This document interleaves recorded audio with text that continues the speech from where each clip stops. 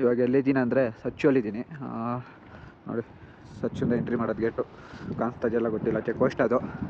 Entry ಮಾಡ್ತಾ ಅವರೇ ಮನಾಲಿಗೆ ಹೋಗೋಕ್ಕೆ. ಅಲ್ಲೇ ಬೋರ್ಡ್ ಇದೆ ನೋಡಿ, ಮನಾಲಿಗೆ 177 ಕಾಣಿಸ್ತಾರಲ್ಲ ಅನ್ಕೊತೀನಿ. ಸೊ ನಾವು ಹೋಗಿಲ್ಲ. ನೆಕ್ಸ್ಟ್ ಇನ್ನೂ ಒಂದು ಬೆಟ್ಟ ಹತ್ತಬೇಕಾಗುತ್ತೆ ಮತ್ತು ವಾಟರ್ ಕ್ರಾಸಿಂಗು. ಸೊ ಇಷ್ಟೊತ್ತಿಗೆ ನೀರು ಜಾಸ್ತಿ ಇರುತ್ತೆ ಮತ್ತು ಚಳಿನೂ ಇದು. ಸೊ ನೆಕ್ಸ್ಟ್ ಇದು ಬಿಟ್ಟರೆ 80 ಕಿಲೋಮೀಟ್ರಿಗೆ ಡಿಶ್ ಇತ್ತು. ಜಿಪ್ಸಾದಲ್ಲಿ ಇದು ಆಲ್ಟಿಂಗ್ ಸಿಗೋದು ಜಾಗ.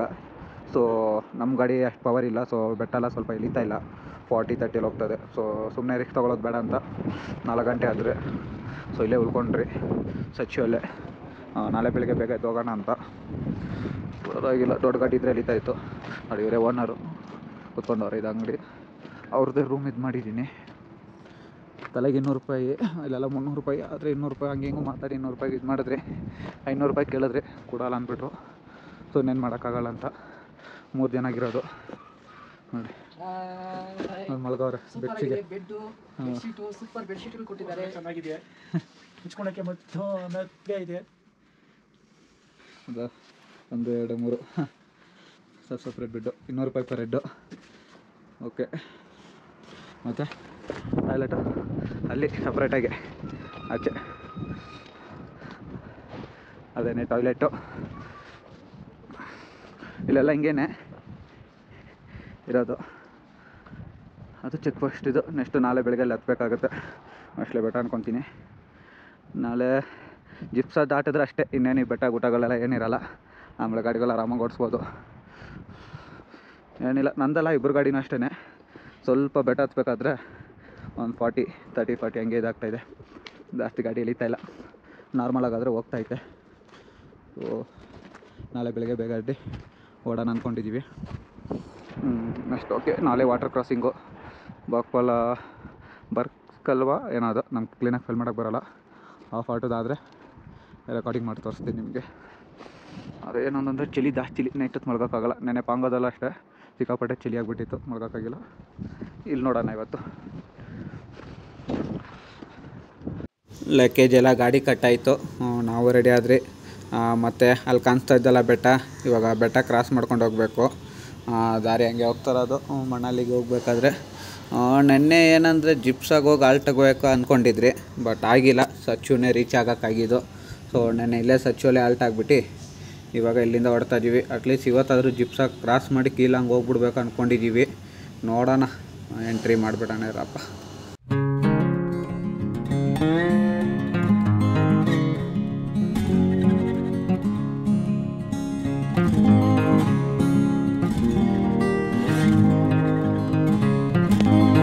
ಓಕೆ, ಗಾಡಿ ಎಂಟ್ರಿ ಮಾಡಿ ಆಯಿತು. ಡಾಕ್ಯುಮೆಂಟ್ಸ್ ಎಲ್ಲ ಏನು ಕೇಳಲ್ಲ, ಜಸ್ಟ್ ನಿಮ್ಮ ನೇಮು, ಫೋನ್ ನಂಬರು, ಎಲ್ಲಿಂದ ಬರ್ತಾಯಿದ್ದೀರಾ ಅಂತ, ಮತ್ತು ಗಾಡಿ ನಂಬರ್ ಎಂಟ್ರಿ ಮಾಡ್ಕೊತಾರೆ.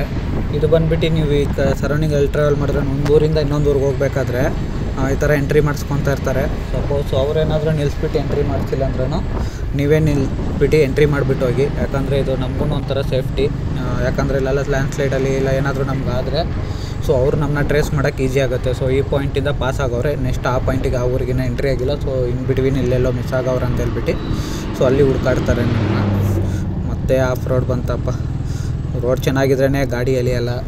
ಈ ಥರ ರೋಡ್ಗಳು ಬಂದುಬಿಟ್ರೆ ಒಂಚೂರು ಗಾಡಿನೇ ಹೋಗಲ್ಲ. ಸರಿ ಹೋಯ್ತು, ಗಾಡಿನೇ ಆಫ್ ಆಗಿ ಹೋಗ್ಬಿಡ್ತು. ಏನು ಮಾಡೋದು ಅಪ್ಪ, ಎಳಿತಲ್ಲ. ಇವನು ನೋಡು, ಅವ್ರನ್ನ ನಿಲ್ಲಿಸ್ಬಿಟ್ಟೆ ಹೋಗ್ತಾವನೆ ಪಾಪ. ಇವನದಂತ ಹಿಂಸೆನೇ, ಯಾಕಂದರೆ ಇಲ್ಲಿ ಗಾಡಿಗಳು ಬೇರೆ ಎಳಿತಾ ಇರಲ್ಲಲ್ವಾ. ಸೊ ಅದಕ್ಕೇ ಈ ಥರ ಸ್ವಲ್ಪ ಆಫ್ ರೋಡ್ ಇದೆಲ್ಲ ಬಂದಾಗ ಅವ್ರನ್ನ ನಿಲ್ಲಿಸ್ಬಿಟ್ಟು ಮತ್ತು ಒಂಚೂರು ಮುಂದೆ ಹೋಗ್ಬಿಟ್ಟು ಮತ್ತು ಅವ್ರನ್ನ ಹತ್ತಿಸ್ಕೊಂಡು ಹೋಗೋದೇ ಆಗೋಗ್ಬಿಡುತ್ತೆ.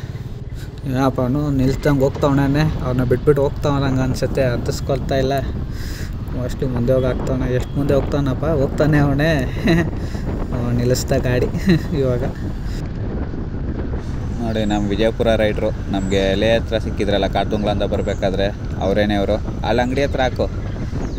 ನಮ್ಮದು ಪಾಂಗ್ ಹತ್ರ ಗಾಡಿ ಪ್ರಾಬ್ಲಮ್ ಆಗಿತ್ತಲ್ಲ, ಅದರಿಂದ ನಮ್ಮದು ಸ್ವಲ್ಪ ಡಿಲೇ ಆಗೋಯ್ತು. ಬಟ್ ಆದರೆ ಅವರು ಅಷ್ಟು ಬೇಗ ಎಲ್ಲ ಕವರ್ ಮಾಡ್ಕೊಂಡು ಬಂದವ್ರೆ. ಅವ್ರ ಪರವಾಗಿಲ್ಲ, ಸ್ವಲ್ಪ ಬೇಗ ಕವರ್ ಮಾಡ್ತವ್ರೆ. ಸೊ ಹೆಂಗೋ ಬ್ರೇಕ್ ಪಾಯಿಂಟು ಸಿಕ್ತು. ಸೊ ಇಲ್ಲಿ ಹಾಕ್ಬಿಟ್ಟು ಗಾಡಿ ಅವ್ರದ್ದು ಕಾಡ್ದುಂಗ್ಲ ಎಕ್ಸ್ಪೀರಿಯೆನ್ಸ್ ಹೆಂಗಿತ್ತು ಅಂತ ಕೇಳ್ಬಿಟ್ಟು ಒಂದು ಬ್ರೇಕ್ ತೊಗೊಂಡು ಆಮೇಲೆ ಮತ್ತೆ ರೈಟ್ ಸ್ಟಾರ್ಟ್ ಮಾಡೋಣ. ನೋಡಿ, ನಮ್ಮ ಮುಂದೆ ಫುಲ್ ಎಲ್ಲ ಐಸ್ ಬೆಟ್ಟನೇ. ನೆಕ್ಸ್ಟು ಬಂದುಬಿಟ್ಟು ಇಲ್ಲಿಂದನೇ 70-80 ಕಿಲೋಮೀಟ್ರ್ವರೆಗೆಲ್ಲ ಫುಲ್ ಹಿಂಗೆ ಇರುತ್ತಂತೆ, ಫುಲ್ ಐಸ್ ಇರುತ್ತಂತೆ. ಸೊ ನೆಕ್ಸ್ಟು ಬರೋ ರೂಟ್ಗಳೆಲ್ಲ ಸಖತ್ತಾಗಿರುತ್ತೆ. ಮತ್ತು ನಮ್ಮ ವಿಜಯಪುರ ಅವ್ರದ್ದು ಕಾಡ್ದೊಂಗಳ ಎಕ್ಸ್ಪೀರಿಯೆನ್ಸ್ ಕೇಳಿದ್ರಿ. ಏನು ಎಕ್ಸ್ಪೀರಿಯೆನ್ಸ್ ಅಂದರೆ ಮೇಯ್ನ್ ಅದು ಆಕ್ಸಿಜನ್ ವಿಷಯ ಬರುತ್ತಲ್ಲ ಅಲ್ಲಿ, ಅದೇನೇ ಕೇಳಿದ್ರೆ. ಸೊ ಅದರಲ್ಲಿ ಒಬ್ರಿಗೆ ಓಕೆ ಏನು ಪ್ರಾಬ್ಲಮ್ ಬಂದಿಲ್ಲ, ಬಟ್ ಇನ್ನೊಬ್ರಿಗೆ ಆಕ್ಸಿಜನ್ ಪ್ರಾಬ್ಲಮ್ ಬಂದೈತೆ. ಸೊ ಅಷ್ಟೇನು ಸೀರಿಯಸ್ಸಾಗಿ ಆಗಿಲ್ಲ, ಇಮಿಡಿಯೇಟಾಗಿ ಎಲ್ಬಿಟ್ಟವ್ರೆ ಕೆಳಗಡೆ. ಸೊ ಈ ಕಡೆ ಎಲ್ಲ ಸ್ವಲ್ಪ ಆಕ್ಸಿಜನ್ ವಿಷಯ ಬರುತ್ತೆ, ಅದೆಲ್ಲೆಲ್ಲಿ ಬರುತ್ತೆ, ಯಾವ ಥರ ಮ್ಯಾನೇಜ್ ಮಾಡೋದು ಅದೆಲ್ಲ ನಿಮಗೆ ಆಮೇಲೆ ಹೇಳ್ತೀನಿ. ಬೆಟ್ಟದ ಮೇಲೆ ಹತ್ತಾಯಿತು ನೋಡಿ. ಇವಾಗ ಹತ್ತಾಗ್ದ ಮೇಲೆ ಕಣ್ಣು ಕಾಣಿಸೋಷ್ಟು ದೂರ ಬರೀ ಐಸ್ಗಳೇ ಐತೆ, ಎಲ್ಲ ಬೆಟ್ಟದೊಳಗೆ ಐಸ್ ಐತೆ ಈ ಕಡೆಗಂತೂ. ಸೊ ಸಖತ್ತಾಗೈತೆ. ನಾವು ಶ್ರೀನಗರಿಂದ ಲೇಗ್ ಬರಬೇಕಾದ್ರೆ ಅಲ್ಲೊಂದು ಇಲ್ಲೊಂದು ಅಷ್ಟು ಐಸ್ಗಳು ಕಾಣಿಸ್ಕೊತಾಯಿತ್ತು. ಆದರೆ ಇವಾಗ ಲೇಯಿಂದ ಮನಾಲಿಗೆ ಹೋಗ್ಬೇಕಾದ್ರೆ ಸರ್ಚು ದಾಟಾಗ್ದಮೇಲೆ ನೋಡಿ ಫುಲ್ ಐಸ್ಗಳೈತೆ, ಎಲ್ಲ ಕಡೆನೂ ಐಸ್ಗಳೈತೆ. ನಾವು ಲೇಗ್ ಬರಬೇಕಾದ್ರೆ ಅಲ್ಲೊಂದು ಇಲ್ಲೊಂದು ಐಸ್ಗಳಿರೋದು ನೋಡ್ಬಿಟ್ಟು ಏನಪ್ಪ ಇದು ಐಸ್ಗಳೇ ಇಲ್ಲ, ಈ ಟೈಮೆಲ್ಲ ಫುಲ್ ಕಮ್ಮಿ ಆಯ್ತಲ್ಲ ಅಂದ್ಕೊತಾ ಇದ್ರಿ. ಬಟ್ ಆದರೆ ಈ ಕಡೆ ಬಂದಾಗ ಸರ್ಚು ದಾಟಾಗ್ದಮೇಲೆ ನೋಡಿ ಸಖತ್ತಾಗೈತೆ, ಫುಲ್ ಐಸ್ಗಳು, ಎಲ್ಲ ಬೆಟ್ಟದಲ್ಲೂ ಐಸ್ ಐತೆ. ಸೊ ನೆಕ್ಸ್ಟು ಬೆಟ್ಟ ಹಂಗೆ ಹೋಗ್ತಾ ಐಸ್ಗಳಿರುತ್ತೆ. ಸೊ ಜಿಪ್ಸ್ ಅವ್ರಿಗೆ ಇರುತ್ತೆ ಅಂತ ಹೇಳ್ತವ್ರೆ. ಸೊ ಸಖತ್ತಾಗಿರುತ್ತೆ ಅಂತಂತೂ ಗೊತ್ತಾಯಿತು ಜರ್ನಿ.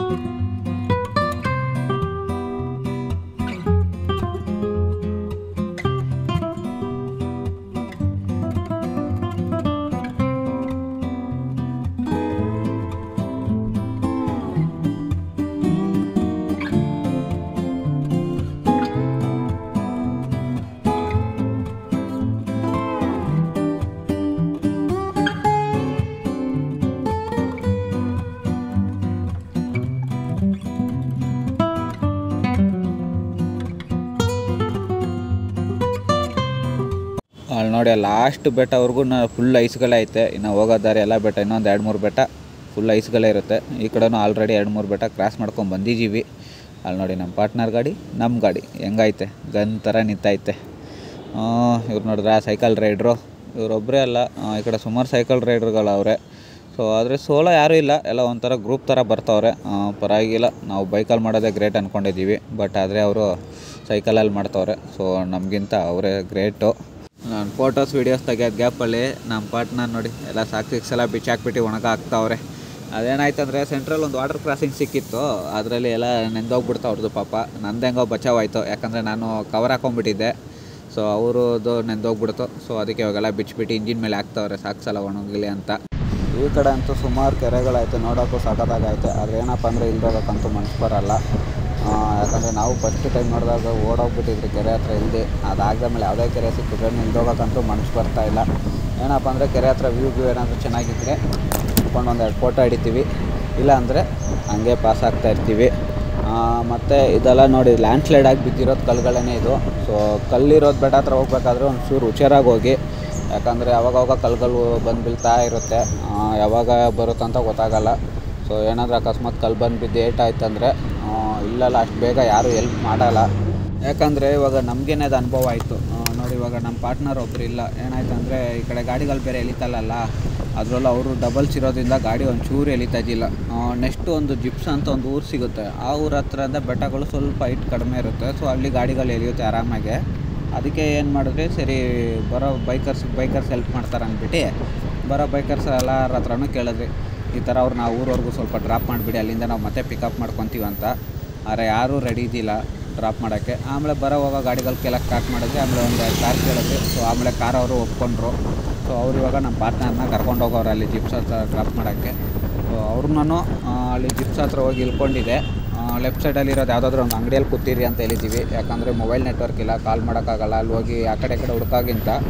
ಸೊ ಲೆಫ್ಟ್ ಸೈಡಲ್ಲಿ ಕೂತಿದ್ರೆ ನಾವು ಆರಾಮಾಗಿ ಲೆಫ್ಟ್ ಸೈಡಲ್ಲೇ ಹುಡ್ಕೊಂಡು ಹೋಗ್ಬೋದು ಅವ್ರನ್ನ. ನೋಡಿ ಆ ಥರ ಒಂದು ಡ್ರಾಪ್ ಮಾಡೋಕ್ಕೆ ಕೇಳೋಕ್ಕೆ ಹೇಳಿದ್ದಕ್ಕೇ ಹಿಂದೆ ಮುಂದೆ ನೋಡ್ತವ್ರೆ, ಬೇರೆ ಅದಕ್ಕೆ ಹೆಲ್ಪ್ ಮಾಡೋದು ಅನ್ನೋದು ಡೌಟೇನೇ ಇಲ್ಲಿ.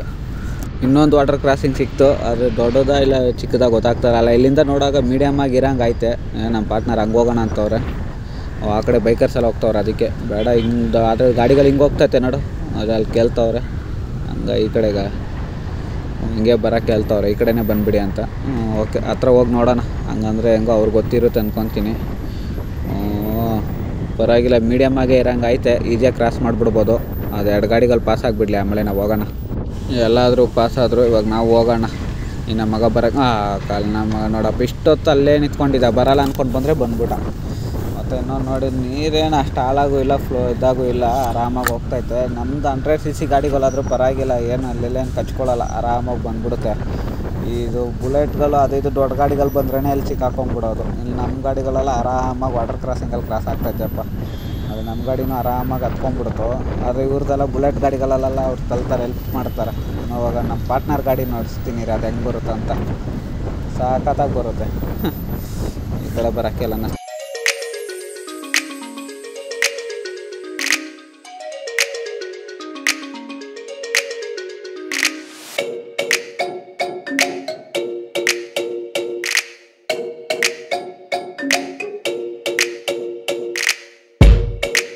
ನೋಡಿದ್ರೆ 100cc ಗಾಡಿ ಪವರು.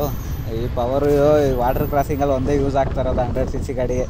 ಯಾಕಂದರೆ ಬುಲೆಟ್ ಅದೆಲ್ಲ ಬಂದರೆ ಅಲ್ಲಿ ಕಚ್ಕೊಂಡ್ಬಿಡುತ್ತೆ, ಒಳಗಡೆನೇ ಸಿಕ್ಕಾಕೊಳ್ಳುತ್ತೆ. ಆದರೆ ಇದು 100cc ಗಾಡಿಗಳು ನಮ್ದಂತಲ್ಲ, ಬೇರೆ ಗಾಡಿಗಳು ನೋಡಿದ್ದೀವಿ, ಆರಾಮಾಗಿ ಪಾಸ್ ಆಗಿಬಿಡುತ್ತೆ ವಾಟರ್ ಕ್ರಾಸಿಂಗಲ್ಲಿ. ಅದೊಂದು ಅಡ್ವಾಂಟೇಜ್ ಆಯ್ತು ಇಲ್ಲಿ, ಅದು ಬಿಟ್ಟರೆ ಇನ್ನೇನಿಲ್ಲ. ಮತ್ತು ಈ ಕಡೆ ಎಲ್ಲ ಪರವಾಗಿಲ್ಲ, ಆಲ್ಮೋಸ್ಟ್ ಅಚ್ಚು ದಾಟಾಗ್ದ ಮಳೆ, ಫುಲ್ ಐಸ್ಗಳು, ಸ್ವಲ್ಪ ವಾಟರ್ ಕ್ರಾಸಿಂಗ್ಗಳು ಜಾಸ್ತಿ ಸಿಗುತ್ತೆ, ಮತ್ತು ಕೆರೆಗಳು ಐತೆ, ಪರವಾಗಿಲ್ಲ. ಈ ಕಡೆ ಎಲ್ಲ ಸಖತ್ತಾಗೈತೆ.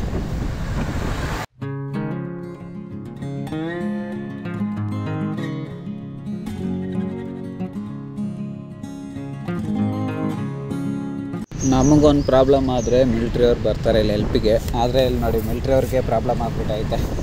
ಏನಾಗ್ಬಿಟ್ಟೈತೆ, ಅವ್ರು ಬಂದಿದ್ದು ಗಾಡಿ ಪ್ರಾಬ್ಲಮ್ ಆಗಿಬಿಟ್ಟೈತೆ. ಸೊ ಅವರು ಇದಕ್ಕೆ ಕಾಲ್ ಮಾಡಿ ಕಾಂಟ್ಯಾಕ್ಟ್ ಮಾಡೋಣ ಅಂದರೆ ಅವ್ರು ವಾಕಿ ಟಾಕಿ ಬೇರೆ ಕೈ ಕೊಟ್ಬಿಟ್ಟೈತೆ.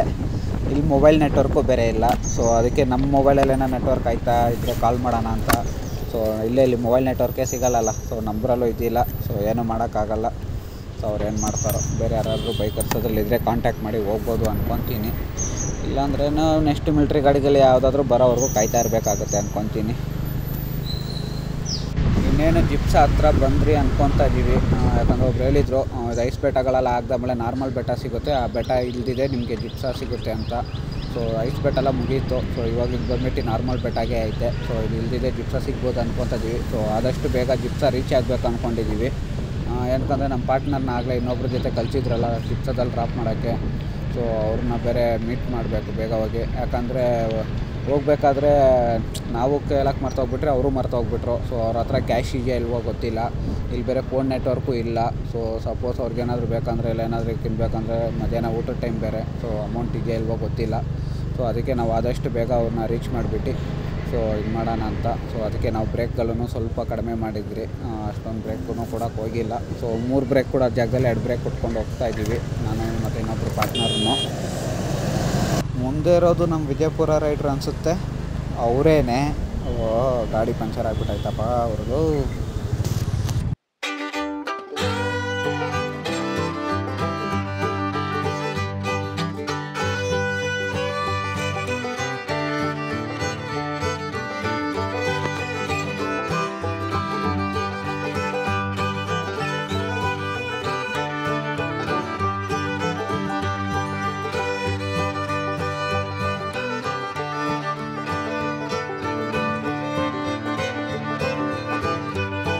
ಪಂಚರ್ ಏನಾಗಿದ್ದಿಲ್ಲ, ಏರ್ ಹೋಗ್ಬಿಟ್ಟೈತೆ ಅವ್ರದ್ದು ಅಷ್ಟೇ. ಏನಂದರೆ ಅವ್ರ ಪಂಪು ಬೇರೆ ಹೋಗ್ಬಿಟ್ಟೈತೆ. ಅವ್ರು ಹೊಡೆದು ನೋಡೋರೆ ಏರ್ ಹತ್ತಾ ಇದ್ದಿಲ್ಲಲ್ಲ, ಪಂಚರ್ ಆಗಿಬಿಟ್ಟೈತೆ ಅಂದ್ಕೊಂಡ್ಬಿಟ್ಟವ್ರೆ. ಅವ್ರ ಹತ್ರ ಇದೂ ಇದ್ದಿಲ್ಲ, ಏನೋ ವಾಟ್ರ್ ಬಾಟ್ಲು ನೀರು ಉಯ್ಬಿಟ್ಟು ಚೆಕ್ ಮಾಡೋಣ ಅಂದರೆ.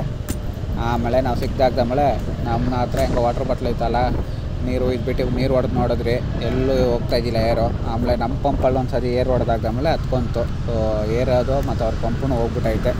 ಇವಾಗ ಅವ್ರ ಗಾಡಿನೂ ರೆಡಿ ಆಯಿತು, ರೈಡ್ ಸ್ಟಾರ್ಟ್ ಮಾಡಿದ್ದೀವಿ. ಮತ್ತು ಅವರು ಜಿಪ್ಸದಲ್ಲಿ ಸಿಗೋಲ್ಲ ಅಂತ ಹೇಳೋರೆ. ಯಾಕಂದರೆ ಅವ್ರು ಇನ್ನೂ ಫುಲ್ ಲಾಂಗ್ ಕವರ್ ಮಾಡಬೇಕಲ್ಲ, ಲೇಟ್ ಆಗುತ್ತಂತ ಅವ್ರಿಗೆ. ಸೊ ಅದರಿಂದ ಹೊಡ್ತೀನಿ ಅಂತ ಹೇಳೋರೆ. ನಾವು ಜಿಪ್ಸಾಗಿ ಹೋಗ್ಬಿಟ್ಟು ನಮ್ಮ ಪಾರ್ಟ್ನರ್ ಅವರಲ್ಲ, ಅವ್ರನ್ನ ಫಸ್ಟೇ ತಾಕೊಬೇಕು. ಅದಾದಮೇಲೆ ಇವತ್ತು ನೈಟು ಎಲ್ಲಿ ಆಲ್ಟಿಂಗು ಅದೆಲ್ಲ ಪ್ಲ್ಯಾನ್ ಮಾಡಬೇಕು. ಯಾಕಂದರೆ ನಾವೇನೋ ಅಂದ್ಕೊಂಡಿದ್ವಿ. ಆಯಿತು, ಓಕೆ ಬಾಯ್. ನೋಡಿ ಹೆಂಗೆ ಹೊಡ್ಕೊಂಡು ಹೋಗ್ತವ್ರೆ.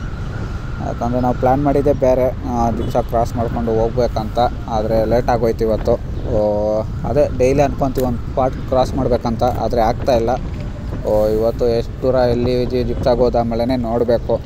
ಇನ್ನು ಎಷ್ಟು ದೂರ ಐತೆ ನೆಕ್ಸ್ಟ್ ಯಾವ ಊರು ಸಿಗುತ್ತೆ ಎಲ್ಲ ಅಲ್ಟ್ ಆಗೋದಂತ ಅಲ್ಲಿ ಹೋಗ್ಬಿಟ್ಟು ಪ್ಲ್ಯಾನಿಂಗ್ ಮಾಡ್ಕೊಂಡು ಹಂಗೆ ಒಂದು ಬ್ರೇಕ್ ತೊಗೊಂಡು ಆಮೇಲೆ ಅಲ್ಲಿಂದ ಓಡೋಣ ಅಂದ್ಕೊಂಡಿದ್ದೀವಿ.